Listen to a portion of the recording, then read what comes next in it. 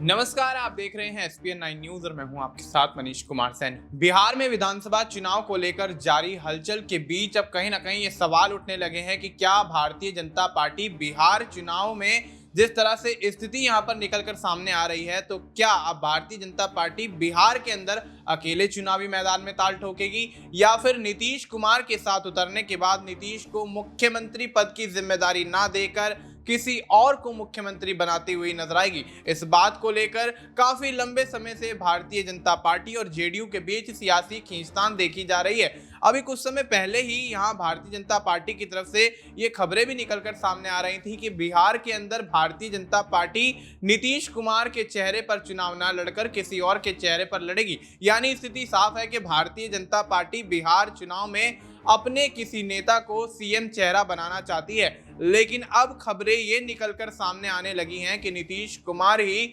बिहार के मुख्यमंत्री का चेहरा होंगे। अब देखा जा रहा है जिस तरह से बिहार के सीएम चेहरे को लेकर हर दिन यहां भारतीय जनता पार्टी और एनडीए गठबंधन के दलों के स्टेटमेंट बदल रहे हैं, तो उसको लेकर बिहार के अंदर राजनीति चरम पर पहुंच गई है और बिहार से दिल्ली तक इस मामले को लेकर सियासी उधड़बुन जारी है। इस मामले पर विस्तार से चर्चा करेंगे हमारे वरिष्ठ सहयोगी अमन सर के साथ। सर, बहुत बहुत स्वागत है आपका। सर, किस तरह से देखते हैं, कभी भारतीय जनता पार्टी बिहार में सीएम चेहरे को लेकर कुछ ना बोलने की बात करती है, कभी यहां पर देखा जाता है तो अमित शाह ये कहते हैं कि भारतीय जनता पार्टी अपनी बैठक करेगी, उसमें फैसला लिया जाएगा, और अब खबरें ये निकलकर सामने आने लगी हैं कि बिहार के अंदर नीतीश कुमार ही सीएम का चेहरा होंगे। क्या लगता है, क्या सीएम चेहरे को लेकर वाकई यहाँ भारतीय जनता पार्टी एनडीए के तमाम सहयोगी दलों के साथ कंफ्यूज होती हुई नजर आ रही है, और ऐसे में क्या नीतीश कुमार की सीएम कुर्सी आने वाले विधानसभा चुनाव में हाथ से छीनती हुई नजर आएगी? देखिए मनीष, जाहिर सी बात है, बिहार की राजनीति में लगातार जिस तरह की उधड़बुन चल रही है, जिस तरह से लगातार पल पल समीकरण बदल रहे हैं, कई दल ऐसे हैं जो अपनी अब जो उपस्थिति है वो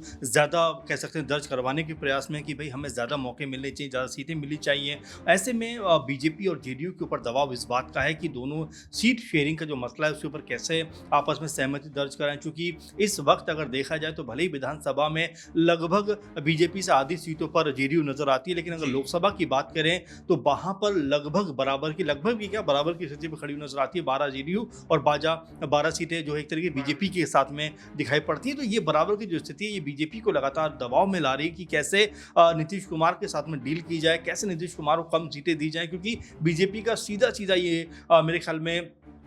जो राजनीतिक समीकरण रहेगा या जो राजनीतिक प्लानिंग रहेगी उनके आने वाले चुनाव को लेकर, मैं बिहार की बात संदर्भ में अगर बात करूं, उनको ये लगेगा कि भाई अगर हम ज़्यादा सीटों पर महाराष्ट्र की तरह चुनाव लड़ते हैं तो शायद सीएम बनाने के मौके बीजेपी के पास ज़्यादा होंगे। आप ज़रा देखिए कि लगभग 80 सीटों से भी ज़्यादा बीजेपी के पास में इस समय हैं, लेकिन अगर मुख्यमंत्री पद की बारी आती है या बात होती है तो नीतीश कुमार ही कह सकते हैं मुख्यमंत्री बनते हुए नजर आते हैं। भले उनके पास 44 सीटें हैं, लेकिन फिर भी वो बीजेपी को कहीं ना कहीं दूसरे पायदान पर रखते हैं और खुद जो है वो मुख्यमंत्री बनते हुए दिखाई देते हैं। और बीजेपी लगातार यही कोशिश कर रही है। अगर आप देखेंगे बीजेपी नेताओं के बयान भी, चाहे वो सम्राट चौधरी हो या वो विजय सिन्हा हो, गिरिराज सिंह हो, अश्विनी चौबे हो और भी तमाम लीडर्स हो, एक सुर में वो यही बात कहते हुए दिखाई पड़ते हैं कि भाई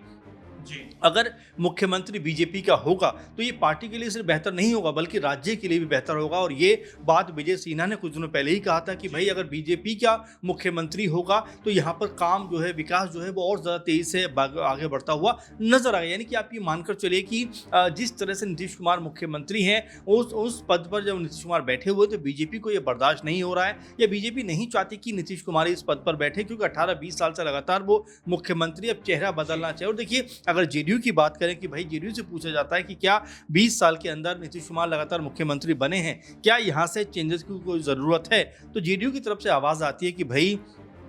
भले ही नीतीश कुमार 20 सालों से मुख्यमंत्री हैं, लेकिन अगर परिवर्तन की बात भी आती है तो उनके बेटे यानी निशांत का नाम सामने आना चाहिए। बीजेपी का कोई भी हम सदस्य मुख्यमंत्री के तौर पर कबूल नहीं करेंगे, एक्सेप्ट नहीं करेंगे। तो अभी से ये जो रस्साकशी का माहौल है बिहार के अंदर नजर आता है। और देखिए राजनीति के जो रंग है, जो ढंग है और तमाम जो कह सकते हैं रणनीतियां हैं, समीकरण हैं, वो पल पल बदलते हुए नजर आते हैं, पल पल चेंज होते हुए नजर आते हैं। इसीलिए कहा जा रहा है कि बिहार में जेडीयू और बीजेपी के बीच में जो अब तक गठबंधन रहा है, लगभग लगभग साल भर का जो गठबंधन रहा है ये कभी भी खत्म हो सकता है, कभी भी टूट सकता है। कई जगह तो मैंने कई लोगों से बात कर रहा था, कई लोगों ने ये तक कहा है मनीष की हम भले ही जो कह रहे हैं कि अभी 8-9 महीने का जो कह सकते हैं कार्यकाल बचा है बिहार में सरकार का चलाने का, लेकिन उससे पहले भी आपस में कोई तिफरका पड़ सकता है, क्योंकि आप देख रहे हैं नीतीश कुमार लगातार प्रगति यात्रा करते हुए दिखाई पड़ रहे हैं, लगातार अपने लिए माहौल बना रहे हैं। तो ऐसे में ये कहा जा सकता है कि बीजेपी को ये सब चीज़ बर्दाश्त नहीं हो रही है कि भाई अगर नीतीश कुमार इस तरह से अपने लिए माहौल बनाएंगे तो कहीं ना कहीं बीजेपी के लिए कह सकते हैं कि जो लीडिंग कह सकते हैं कि पोजीशन जो है वो कहीं ना कहीं खतरे में पड़ती हुई नजर आएगी और नीतीश कुमार जो है एक बार फिर आगे बढ़ते हुए दिखाई पड़ेंगे। और यहाँ पर जो बीजेपी की तरफ से लगातार कयासबाजियां हैं कि भाई मुख्यमंत्री उनकी तरफ से होना चाहिए, वो जो उनकी उम्मीदें हैं वो टूटती हुई नजर आएंगी। इसीलिए कहा जा रहा है कि अगर नीतीश कुमार अलग भी होते हैं तो यहाँ पर बीजेपी अपने कुनबे को लगातार मजबूत करेगी, चाहे वो चिराग पासवान हो, चाहे वो कह सकते हैं कि जो चाहे मांझी हों या इसके अलावा उपेंद्र कुशवाहा हों, अगर मुकेश सहनी आते हैं या वो हों, तो ये तमाम जो चेहरे हैं इनको बीजेपी मजबूत करना चाहती है ताकि यहां पर अगर कोई स्थिति बने तो ज्यादा सीटों पर लड़कर अधिक सीटें प्राप्त कर सरकार बनाती हुई दिखाई पड़े। जी बिल्कुल। तो ऐसे में भारतीय जनता पार्टी जिस तरह से बिहार के सीएम चेहरे को लेकर यहां कंफ्यूजन का माहौल बना रही है, जिसके चलते नीतीश कुमार की मुश्किलें दिन प्रतिदिन बढ़ती हुई नजर आ रही हैं। अब ऐसे में कयास ये भी लगने लगे हैं कि नीतीश कुमार के साथ अगर भारतीय जनता पार्टी का यही व्यवहार रहता है तो नीतीश कुमार यहाँ एनडीए से बगावत करके आरजेडी की तरफ जाते हुए नजर आएंगे, यानी महागठबंधन की तरफ जाते हुए नजर आएंगे। और हो सकता है कि नीतीश कुमार के महागठबंधन की तरफ रुख करने के बाद महागठबंधन बिहार में आगामी विधानसभा चुनाव के बाद सरकार बनाता हुआ नजर आए, महागठबंधन की तरफ से नीतीश कुमार को सीएम बना दिया जाए। लेकिन यहाँ पर इससे अलग हटकर अगर बात करें तो यहाँ पर सर सबसे बड़ा सवाल ये बन जाता है कि अगर भारतीय जनता पार्टी बिहार में अपना सीएम चेहरा लेकर चुनाव लड़ती है या अपने ही किसी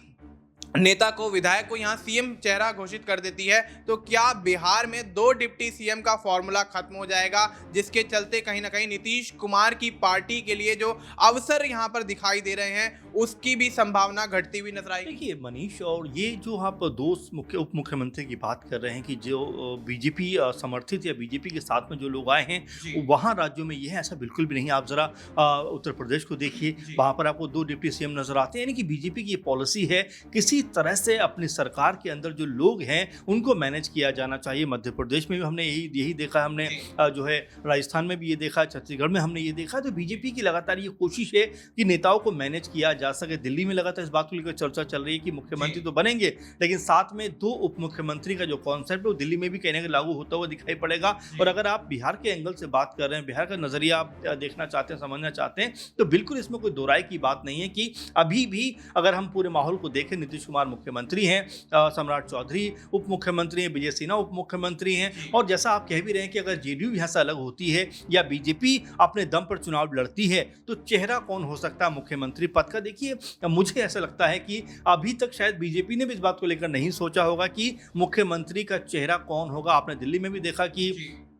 दिल्ली में बिना जो बीजेपी ने बिना किसी सीएम चेहरे के चुनाव लड़ा और यहाँ पर लगभग 48 सीटें जीती हुई नजर आई। और हो सकता है बिहार में भी अगर बीजेपी इस रणनीति के तहत जाए तो मेरे ख्याल में बीजेपी को फायदा हो सकता है। आपने देखा महाराष्ट्र में भी कुछ ऐसा ही किया कि भाई एकनाथ शिंदे मुख्यमंत्री तो थे लेकिन कोई भी अनाउंसमेंट नहीं हुआ कि चुनाव जीतने के बाद वही मुख्यमंत्री बनेंगे। तो ये बीजेपी की लगातार जो फॉर्मूला है वो उनके लिए फायदेमंद साबित हो रहा है। हो सकता है कि बिहार में भी जो कह सकते हैं कि बीजेपी है बिना मुख्यमंत्री के चेहरे के चुनाव में जाती हुई नजर आ जाए। और अभी भी आपने देखा कि अमित शाह से जब पूछा गया था कि मुख्यमंत्री क्या अगर चुनाव जीते नीतीश कुमार ही होंगे, जो अमित शाह ने ये बात कही कि भाई अभी फिलहाल हम ये बात नहीं कह सकते, चुनाव जीतेंगे, जो विधायक हैं वो बैठेंगे, उसमें से कोई एक नेता चुना जाएगा। यानी कि बीजेपी अब लगभग ये स्पष्ट कर रही है कि नीतीश कुमार की जो मोनोपोली है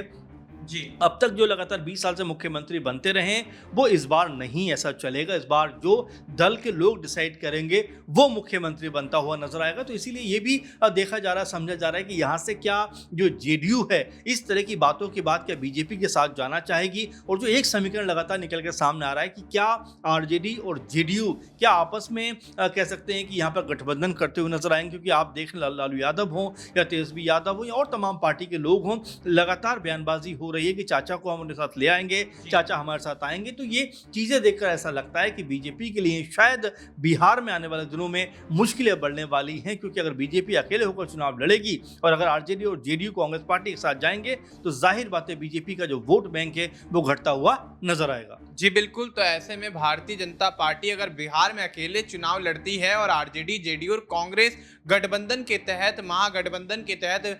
बिहार विधानसभा चुनाव में उतरती है, तो कहीं ना कहीं यहाँ मुकाबला बड़ा दिलचस्प होता हुआ नजर आएगा। और ऐसे में अगर महागठबंधन जीतता हुआ नजर आता है तो बिहार के अंदर से भारतीय जनता पार्टी की राजनीति का एक अध्याय समाप्त होता हुआ नजर आएगा। फिलहाल आपको इस मुद्दे पर क्या कुछ लगता है, आप अपनी राय हमें कमेंट करके बता सकते हैं। बाकी देश और दुनिया से जुड़ी तमाम जानकारी के लिए आप देखते रहिए SPN9 न्यूज।